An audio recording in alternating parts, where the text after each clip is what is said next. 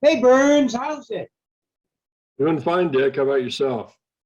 Well, I think I sent you a thing about why people are leaving Hawaii and such and such. Yeah. And we can probably talk about that later. I've talked about it, I don't know how many times. But what got me is I made one of my rare trips to the grocery store yesterday, and beef has gone from $14 a pound to almost $26 a pound. In the meantime, you got the Bidens and the other people saying, oh, the prices are going to go down and stabilize. But if you look over the history that we've lived through, you and I, uh, prices aren't going to go down. It We shocks should me. all we should all be mindful, to your point, Dick, that when Biden dines on filet mignon in the White House, you and I are paying for it, regardless of its cost per pound, and that all of the congressmen, senators, all of the lobbyists, all of the deep state uh, dine in the finest restaurants on taxpayer dollars with their expense accounts. So inflation doesn't impact them the way it does John Q. Public, and particularly the way it does seniors like ourselves on fixed incomes. Um, Well, I was shocked. I you mentioned just mentioned earlier. steak, but even hamburgers higher now. Oh, it did. Inflation is the number one issue in the country right now, Oh, it's that based on voter polls. well, it's unbelievable. And here in Paradise, I also bought Cheerios for Ollie Bear because he gets a Cheerio snack every night. And Cheerios are now $7 a box. So for all those people on the mainland who go, oh, let's go to Resort City, I'll tell you, prices are going through the friggin' roof. I don't know how people survive. Well, I've heard today that at best, this inflation rate, and it'll likely go higher, will run through at least 2023. And that, if it's the same prognosticator who said that Biden could get rid of COVID, then the inflation rate could go on for quite some time. Actually, if you think about the Carter years, his dismal inflation record, which Biden has done his damnedest to surpass, went into the first year of the Reagan administration. So there's just not a quick cure, particularly when you have the idiots in Washington and particularly in the White House running things right now. Hey, that brought up another thought. The IRS is saying we don't have enough people to process your taxes, so your return is going to be really late. I have a question. If I don't pay my taxes, they charge me 10% per day interest, and yet they can owe me money and I might have to wait a year for it. I mean, what's wrong with that picture? Well,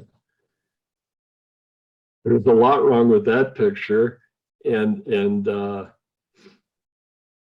keep in mind that Social Security, which began under Franklin Delano Roosevelt, correct? Correct? Okay, it was never to be touched. That's your money, my money. It's automatically pulled out of when we were working, pulled out of our paychecks. And the Congress goes in and has cleaned out that account for years. Okay, now you triggered another thing. Why the hell is our Social Security taxed? Well,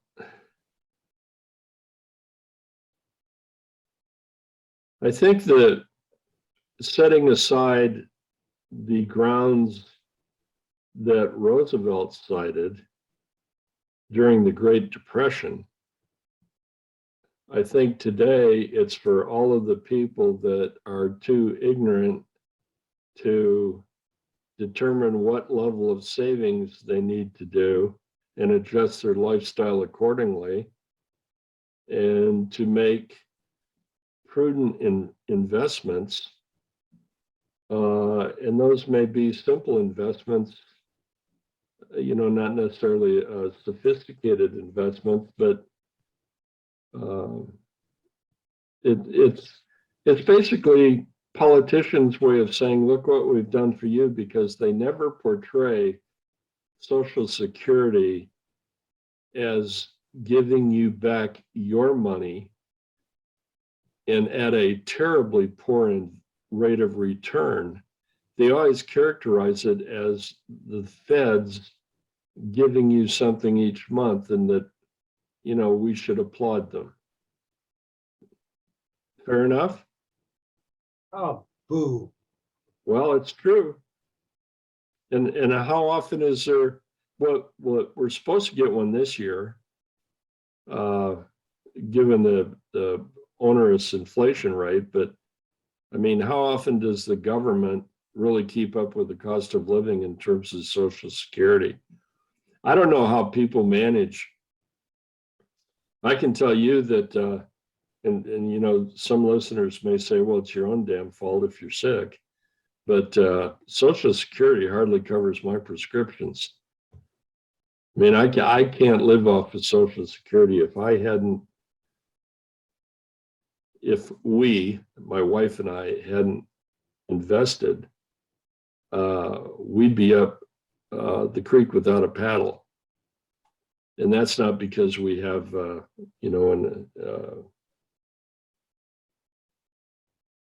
lifestyle of the rich and famous by any means. We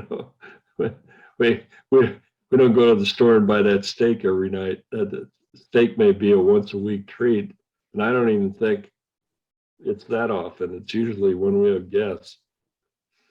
Yeah. Well, I know so many people that have died because they can't live off Social Security. And so basically they take a half a dose of insulin. Instead of getting dialysis every week, they get it once every 2 weeks. I mean, it's pathetic. It's disgusting. And I can't believe that people have to go through that. Well, the current administration and its party is far more interested in throwing money at illegal aliens and foreign nationals than it is on American citizens.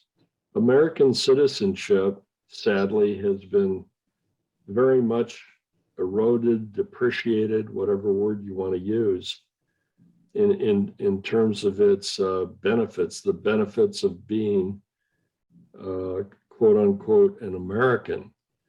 And I don't think anybody back in Washington, I shouldn't say anybody, but I think the vast majority, there's nobody crying crocodile tears about people on Social Security who can't make ends meet. And the fact is unlike 25, 30 years ago, when a lot of people in private industry would have a pension when they retired, pensions are pretty much a thing of the past. At best, you may have a 401k. The only people with pension programs are federal employees, state employees, in other words, government workers, U.S. military, the private citizens. It's the rare company that's even providing that sort of thing now. No, you're absolutely right. And when I counsel people on jobs and stuff, I tell them, you got to look around, number one. But I think the key point on jobs are there's nothing worse than being a job you don't like. And I always tell people, if nothing else, go for what you like. Yeah. Just further to this topic, and this is a general statement, but if you work in government, after 20 years, you're likely to get a six-figure pension for the rest of your life. So I would tell people, maybe with a little smirk on my face, but I would tell people at least look at government service, because it sure doesn't look like government's going to get any smaller, although I wish it would. And the money is in government, particularly in terms of, once you do retire, it's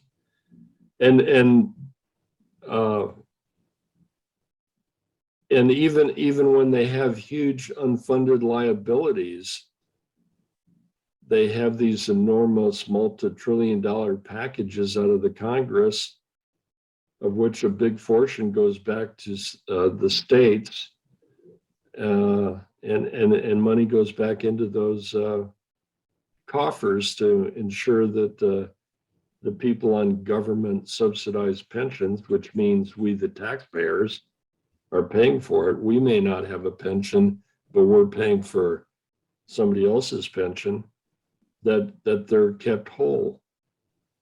I mean, Illinois is a classic example of a state where they've had lavish pensions for people in public service, and they don't have the tax base to support it.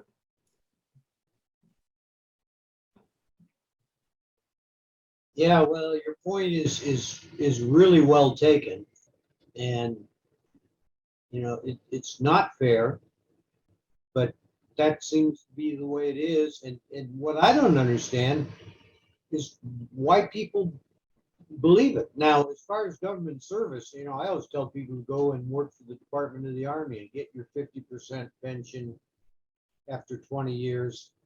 And of course, it grows by 25%, whatever, every year. But they go, well, I don't want to be in the Army. And that's not what it is. We not only have not educated people on how to get a job and how to determine on what the job is. When I was in elementary school, they used to give us preference surveys and stuff. What do you want to be when you grow up, etc., and how you get from A to B, B to C.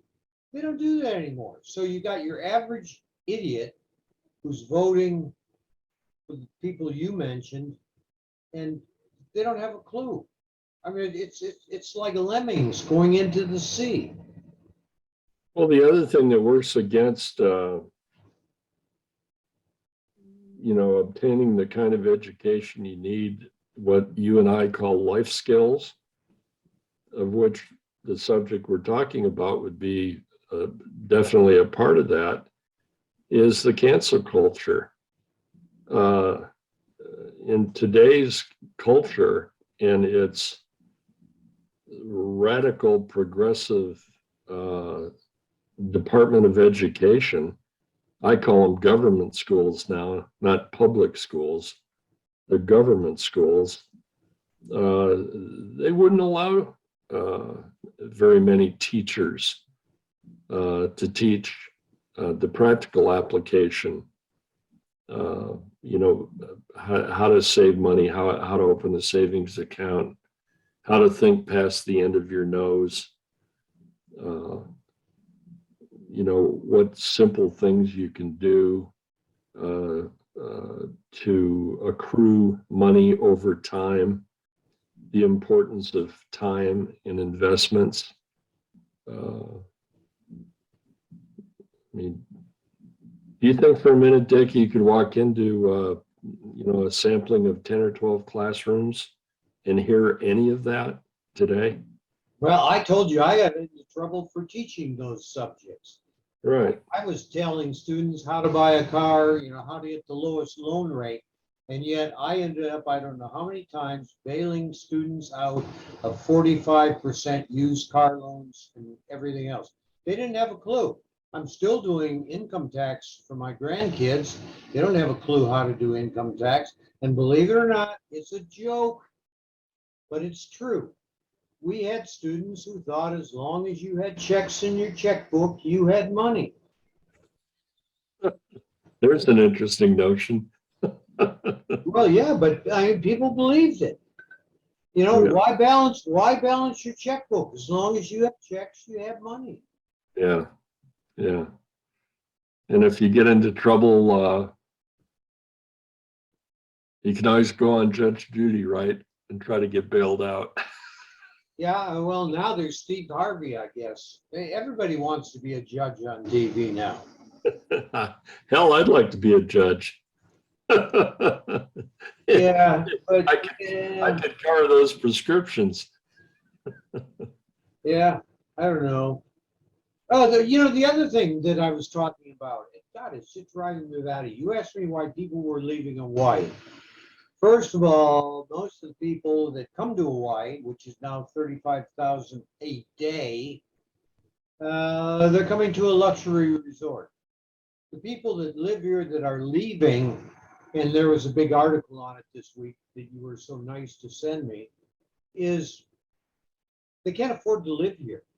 Yeah. You realize the poverty level in Hawaii is less than $90,000. $90,000 is a hell of a lot of money. And if you're earning that and considered below the poverty level, that's unbelievable. You know, and so it's very hard to even pay a rent, much less a mortgage. So people are going to Vegas. They're finding Vegas isn't really great. And now they're going to San Antonio, Texas. But oddly enough, a lot come back, which is not reflected in the figures. They come back because, like my kids, they can't handle the culture on the mainland. You know, a lot of it's cultural. But you know, to survive in Hawaii, the average family I know has 3 jobs. That's just the way it is. I mean, I have one person who sleeps 3 hours a day and works the rest of the day. You know, I find that unbelievable. And yet those are the people the government should be training, working with, and everything else. And they're not.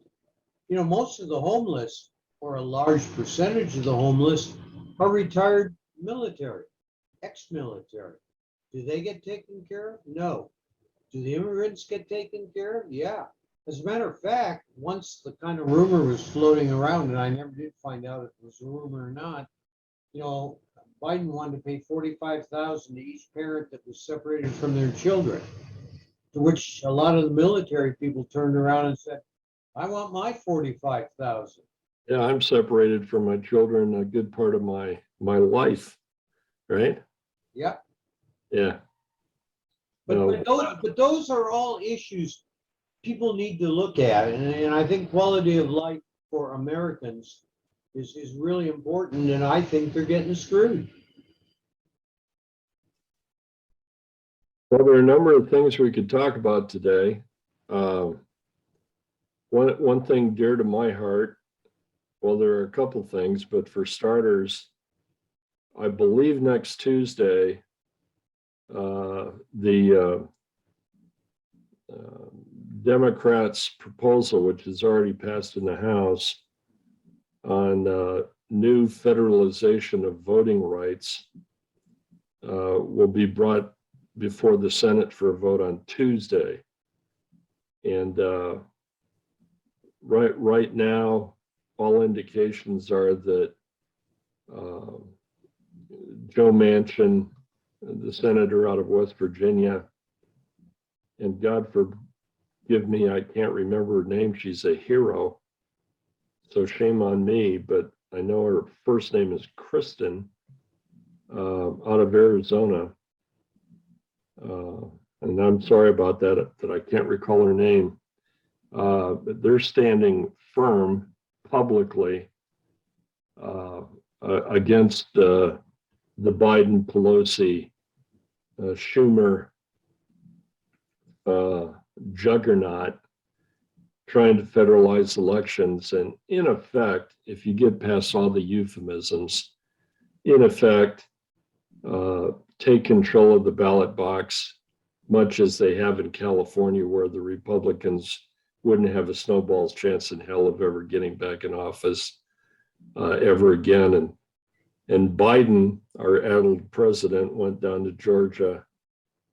And here's the guy that, when he ran against Trump, said that Trump was being divisive and Biden would restore harmony in the country, or words to that effect. So he went down to Georgia in support of his proposed legislation. What they're trying to do is what they did in an underhanded way in the last presidential election, they're now trying to make as a matter of law. And they're also trying to undo the number of states, most of which are red states, which subsequent to the Biden-Trump election have passed legislation to ensure the integrity of voting rights. So it's two parties locking horns. And one of the classic lines from Biden's speech, and were he a Republican, he'd be charged with racism, but of course he's a Democrat, so he can get away with it. But he said voters have to decide if they want to be a George Wallace or an Abraham Lincoln. And that's pretty interesting because, number one, he's casting any American voter who is against this bill, and I'm one of them, as a racist. But unlike many American voters, me, this particular voter, knows that Joe Biden thought the world of George Wallace and even received a George Wallace Award, some type of service with George Wallace's name on it for public service. And as both of us know, Dick, Joe Biden was very close to Senator Richard Byrd years ago, who in his early years was responsible for recruiting approximately 150 people to a Ku Klux Klan chapter. So, sorry, Joe, but you can't have it both ways. You know, we had Hillary calling us deplorables, and, you know, we have Biden and Kamala Harris trying to suggest if we, you know, do not like something that they're doing or propose doing, that somehow we're racist. Well, I'm not a racist, and I'm all for voter ID, and I'm all for going to the ballot box to cast a vote, with the exception of absentee ballots. I have voted in every general election since I was first allowed to vote, and I'd say I've voted in at least 90% or better of all local elections since I was first allowed to vote. I'm a voter, and it's worked for me. So why can't it work for anyone else? Well, you know, it's interesting. If you look at the rest of the quote developed world unquote, they all require voter ID. They all require state IDs. They all require federal IDs. And even in some of the poorest countries, as soon as you voted, they mark you with indelible ink, you know? And for some reason, that's not good enough for certain people in the country now. Yeah, and one of the great ironies is that there's now a regulation in Democrat-controlled Washington, D.C. that if you are out walking the streets, you have to have personal ID on you. But if the Democrats had their way, when you vote, you don't need that ID. In fact, you don't even need to go to a poll. You can just mail it in. And of course, as we have come to find out, although the Democrats deny it, that can lead to elections that lack integrity. I mean, regardless of your political persuasion, listen to a decent sample of Joe Biden's speeches, most of which he reads from teleprompters. So he has a script prepared. And at times, forgive me, but he sounds like a blithering idiot. And the Democratic Party is trying to convince me that 81 million legal votes were cast for Joe Biden in the last presidential election. Well, you know, that doesn't square with my common sense. So I'm not buying it. Or should I say, I'm not Biden it. How do you like that play on words? I like that. That's interesting. But I would urge anybody listening to our podcast, to call their senator, make sure that our 50 Republicans in the Senate all stand tall.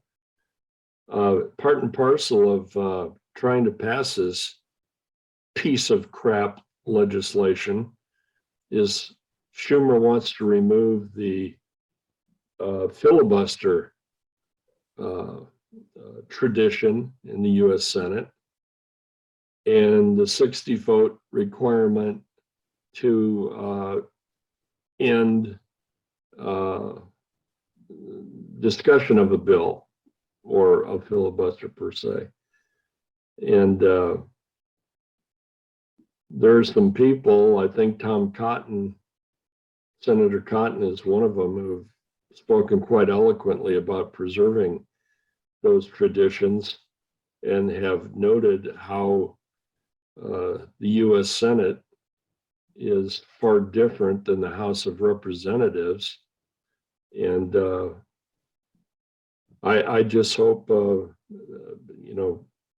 people will express their concern about the way elections are going. We're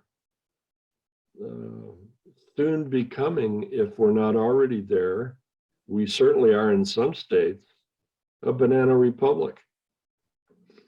New York City has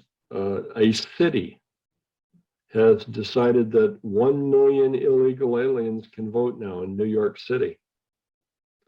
You want to talk about voter suppression.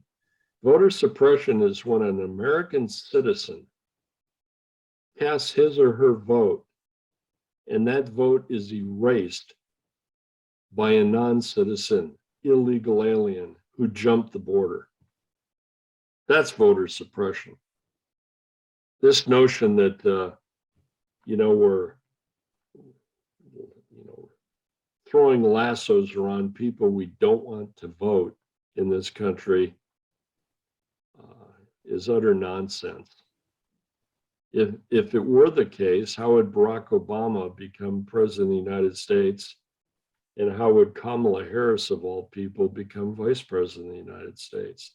As but two examples. So this is just the Democrats fear mongering and,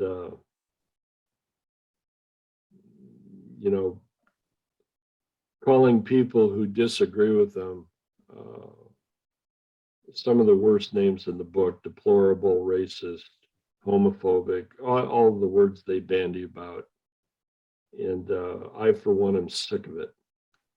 Well, I agree with everything you said, but on the flip side, the Republicans, once again, have screwed up. I mean, why would they pass into Georgia's law that you can't supply water to people standing in line to vote. I mean, some of the stuff that was in George's bill was absolutely ridiculous. Yeah, but if I'm not familiar with that, but you have credibility with me, so I'm gonna take it on faith you're correct.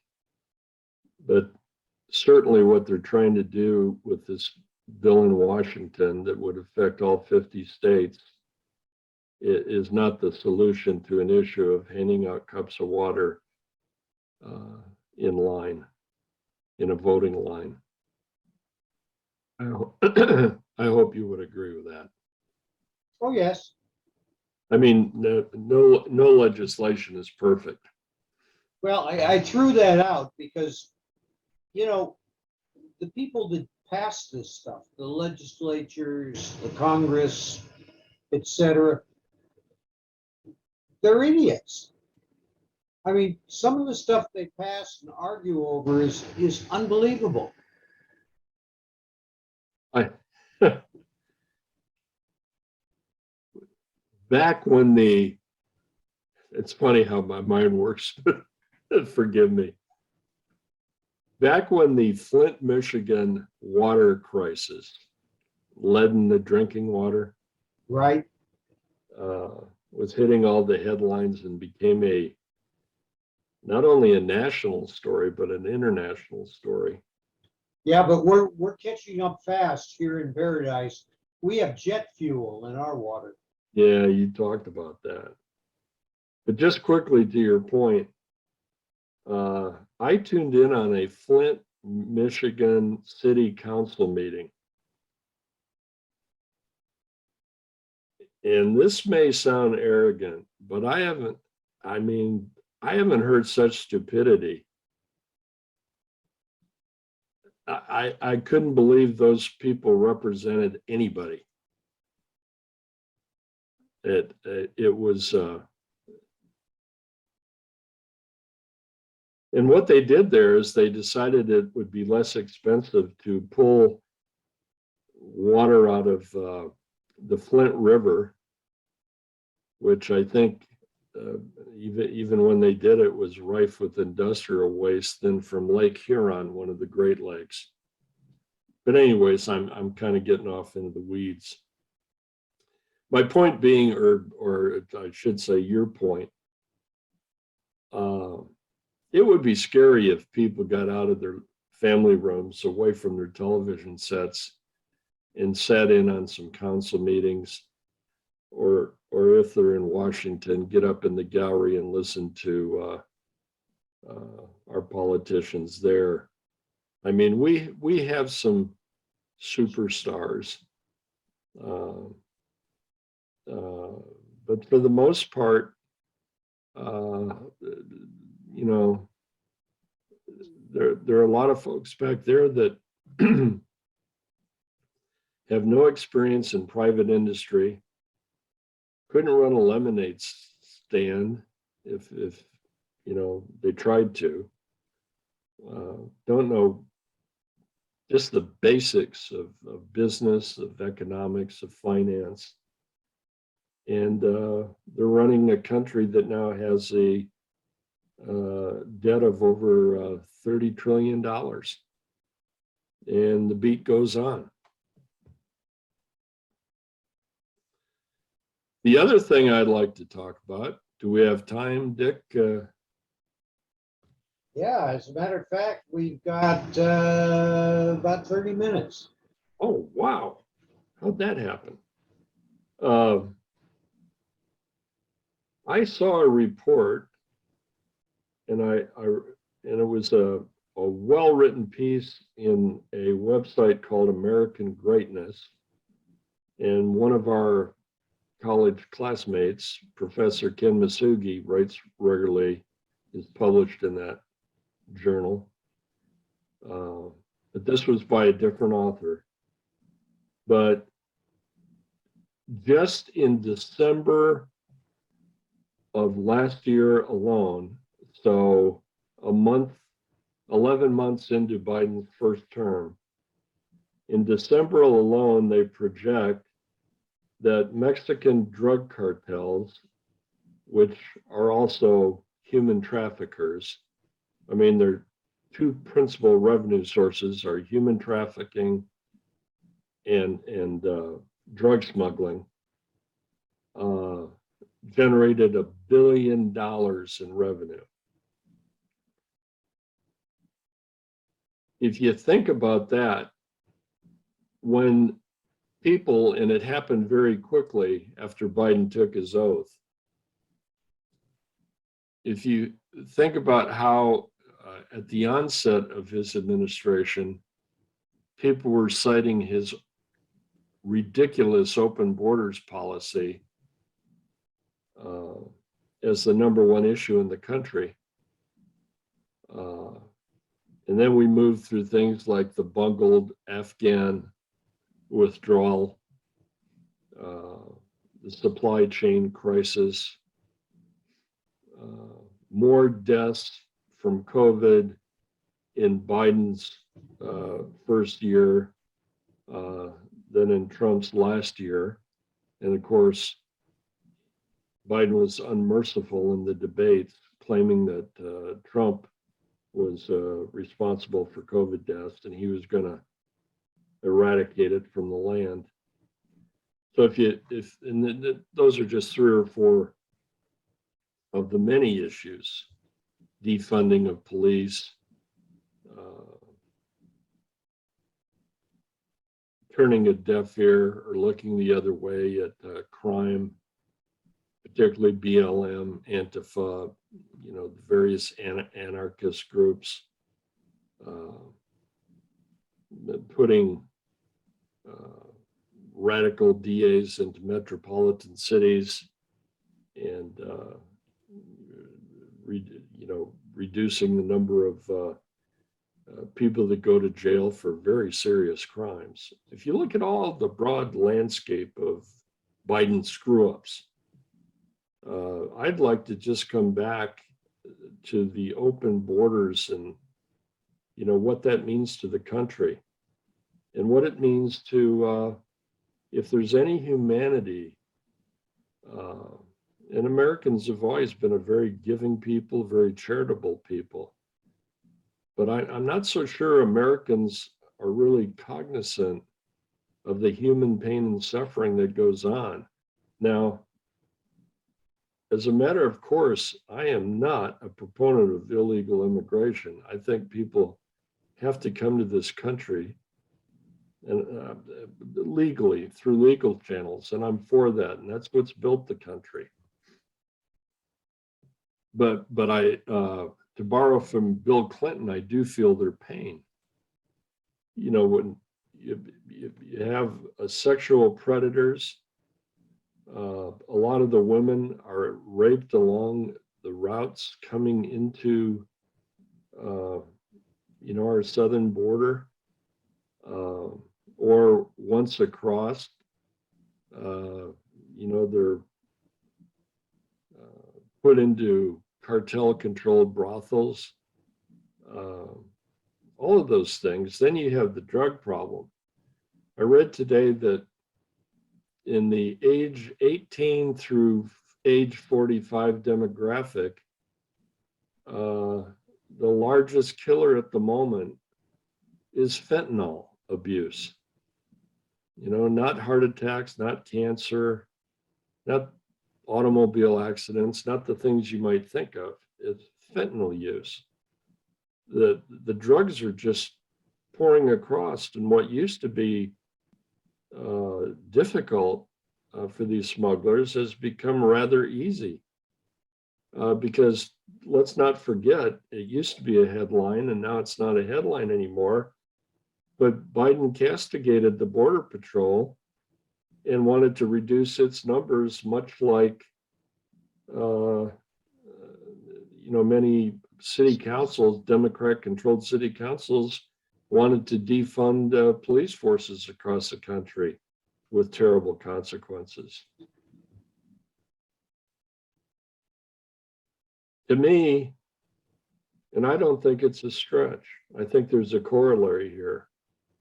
A party like the Democratic Party that can be a enthusiastic advocate for, proponent of abortion as a reproductive right, now there's a euphemism, is also one that can open up the borders and look askance at all the terrible consequences of what's being done. I mean, living here in Texas, I know the people along the border, American citizens, and there's a provision in the US Constitution that says the federal government must protect the states from invasion. Well, does anybody in their right mind think we're not being invaded at our southern border? We're seeing people crossing from something like 150 countries. And some are terrorists and some are MS-13 gang members, and on it goes. So how does a guy who puts his hand on the Bible as president of the United States and swears to uphold the Constitution and the laws of the land get away with this? He ought to be impeached. But Trump was impeached twice. And we probably need a couple of these podcasts to talk about all the good things that Trump accomplished for the country that Biden has pulled the rug out from under. Yeah. Wasn't Clinton impeached twice also? I thought he only went to bed with Monica once, but Oh. No. I couldn't resist. Yeah. Well, gee whiz. I just don't know.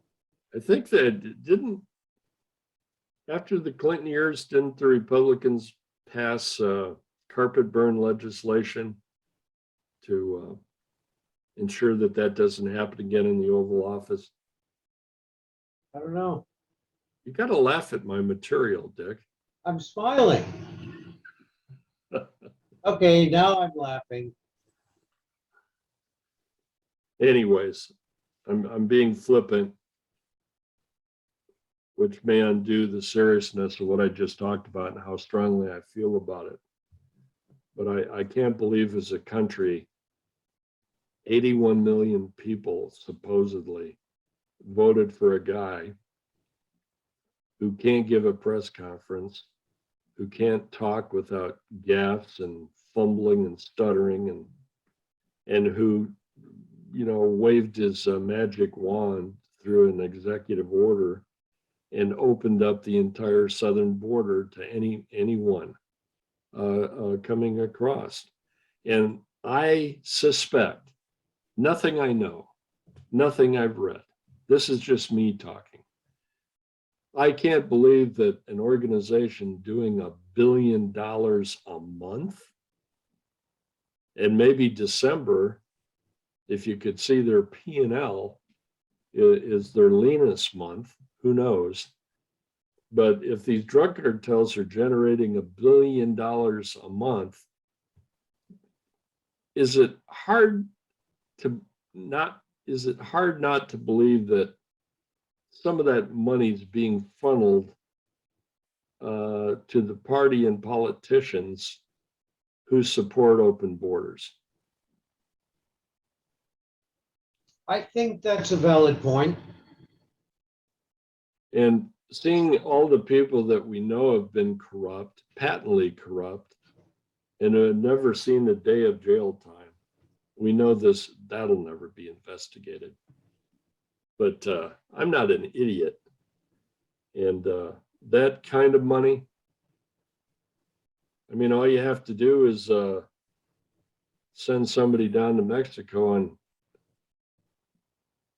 let it be known, if we can funnel X amount of dollars in, we'll keep them open. And if you don't play ball with us, we'll go back to all the Trump policies. I mean, Trump scared the hell out of the cartel. He was building a wall. He had a strong, robust border patrol. He had the stay in Mexico policy, where the people who were, for the most part,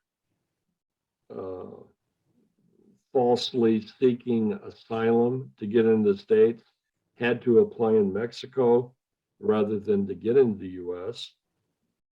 And he was working on the visa overstays, the people that come here on a temporary visa and then end up being here forever because the federal government doesn't track them. So Trump, bless his heart, was a threat to some very nasty, murderous people.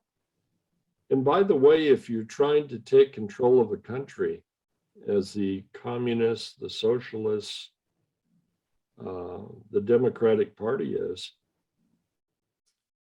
you know, what better way than to bring in a bunch of uneducated people who will be able to cast votes if the Democrats have their way, and also will be poverty stricken, and you know, part of the drug culture in this country, which is shameful, I should add. Yeah. Hey, by the way, another thing just popped into my mind. Since everybody else asked about Hawaii, you know, we had the police chief that ended up going to jail for felonious everything. Well, now they've gone after the former city manager, the former city council, the former head of the police commission. The FBI has grabbed them for all kinds of nefarious things. So for those that want to move to paradise, you know, be prepared for politics as usual in the Aloha state. The other thing I did mention when I was talking about the poverty level, in order to afford rent and or a mortgage and food and everything else, they estimate it takes $150,000 a year. So don't plan on moving here. So what you're telling me is Dr. Fauci could live there. Possibly, I'm not sure. Well, he makes something around 400,000 as the highest paid federal employee. Well, yeah, he could live here then. Yeah. If he could find a house where the median value is now $1 million. I just had to say that because people constantly ask me, just like somebody said, you know, you and Bernie seem to have health issues, but you never go into details. You know, what's your issue? And I go, none of your goddamn business. Yeah, HIPAA laws. Yeah, I said, you know, we don't need pity parties. No. And we don't need to go into those things. There are some things we just don't talk about. But I get so many questions on Hawaii. And basically, you know, as I said before, it's a luxury resort. You can come and visit, spend your $400 a day, and we'll all be happy. But really, don't plan on moving here. I remember years ago, my wife and I went to it wasn't a convention. It was principally, as I recall, and I was one of the executives, but it was to reward some of our top sales producers.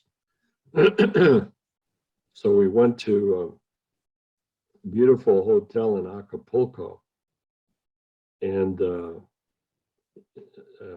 I'll just never forget it because and by the way, this was back when it was fairly safe to go to Acapulco. Today, you're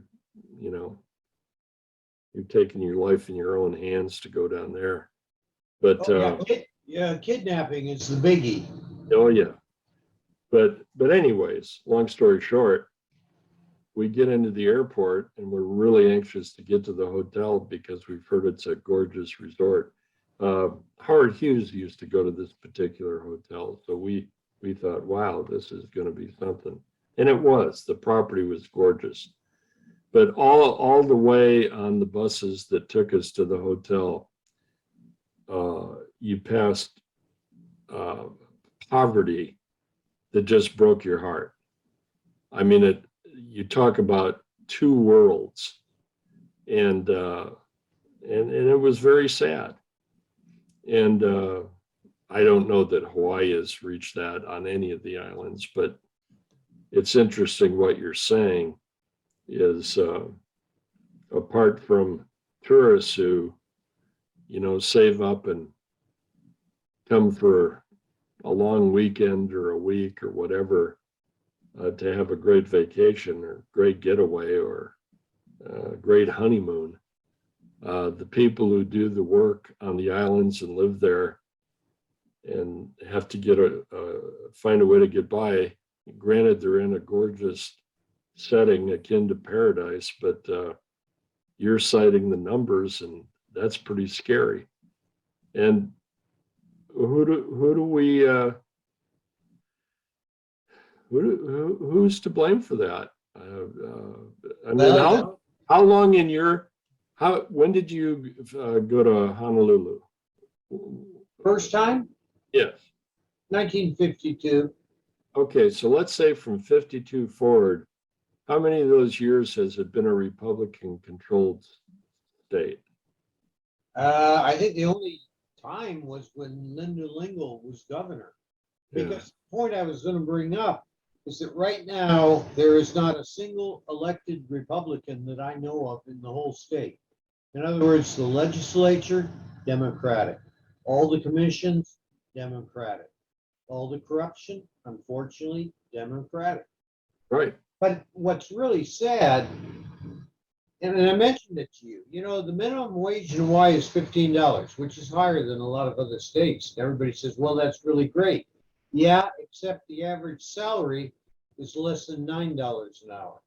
So how do people get around paying people for less than the minimum wage? Well, I was asking my grandchild, one of my grandkids, I said, how can they do that? And they go, well, we get paid a lot of tips. And I go, well, that's not the way the law works. You're supposed to get the minimum wage, and whatever you get in tips, that's negotiated into the pile. But the situation that I think, I know a lot of people live in is very sad. I was talking to one person. You said that most folks have to hold down 2, maybe 3 jobs. 3 jobs, yep. I'm surmising that in many cases, there's at least 2, maybe 3 families to a house. Oh, yes. We call that Ohana housing, where basically your parents live in the house, you live in the house, your kids live in the house, they go off to wherever, they still live in the house. I mean, right. It's very common. Well, and there's nothing wrong with that. It actually works, pretty well. But the sad point is these people are getting screwed to the wall by whomever, and nobody seems to care. And it really bothers me. Well, if Hawaii is arguably a paradise state, California is very close. You have gorgeous beaches, beautiful mountains, stunning national parks. I lived there through quite a few years of my life, and I hate to see, at least from a political perspective, what it's become. And the Democrats have pretty much seized control. And to augment and sustain that seizure, Newsom, unlike the governors of Arizona and Texas, as 2 examples, is not doing a damn thing to protect his southern border. And Right. and he's declared the state a sanctuary state for illegal aliens. Well, you know, you asked me, where do people go? Most go to Las Vegas, which we call the ninth island. They don't like it because of the job situation, so they end up going to San Antonio, Texas, where they're quite happy. But a lot come back for cultural reasons. You know, we are different. You know, some people say that we're unique. Now, a number of people actually do go to California on their route to Las Vegas, on their route to San Antonio. And I just talked to one of my former neighbors. He goes, well, we love San Diego, but yeah, we're going to move to Portland. And I went, oh, God. You couldn't drag me to Portland. Oh, no. And it's funny because they want to defund the police until everything hit the fan. In the meantime, a lot of police had quit. So they were left with riots in the street and arson and you name it. Absolutely. Payback is a mother. That's kind of the way it is. Yeah, and it was a beautiful city. Yep. But that's typical of this endemic issue of Democrat-controlled metropolitan areas and states in our nation. Well, all we've got here, Find a good example of excellent government with Democrats in control. well, here paradise is FBI warrants on a daily basis. And it's just the way it is. And why people put up with it and don't say, I've had it, I don't know. Well, the district attorney of Baltimore was just indicted. She's innocent until proven guilty. But the charges are that she engaged in a scheme to defraud the government of COVID-related funds to secure mortgages on property down in Florida. Oh, we had that. Yeah, care funds. People bought trucks, vans, everything. I mean, it's great, but it's the way it is. Well, I'll make a comment in that regard. Again, I think this is just common sense. You pass major appropriations, multi-trillion-dollar bills, where you're sending checks to every citizen in the country. And I'm thinking back on Obama's shovel-ready jobs, and not a single shovel was stuck into an area of dirt. And now we have this infrastructure bill. And all they did was cause inflation. Well, you're absolutely right. But where I was going is anytime that much money is being lavished upon cities and states and even private citizens, there's going to be corruption. And I think we're paying the price for that. And by the way, it was pretty interesting, that huge bottleneck recently in the state of Virginia, a Democrat-controlled state, on the heels of the infrastructure bill. And I'm being tongue-in-cheek here, because while Democrats tend to think, we just passed an infrastructure bill, all the infrastructure is going to be good. At best, we'll see something in 3 or 4 years. And I think if history is a guide, and it usually is, we'll see far less than is our expectation for that kind of money coming out of taxpayers' pockets. Well, you won't have to worry about not seeing it because we don't teach history anymore. So it really doesn't matter. No history, no civics. Yep. And with that, We are out of time. We are? Oh, God. Yeah. Well, time flies when you're having fun. Yeah, well, we bounced around a lot of topics, but every time you would say something, you triggered a thought of what kind of irritates the hell out of me. So I hope it voiced it. You know, I voiced it without getting too weird.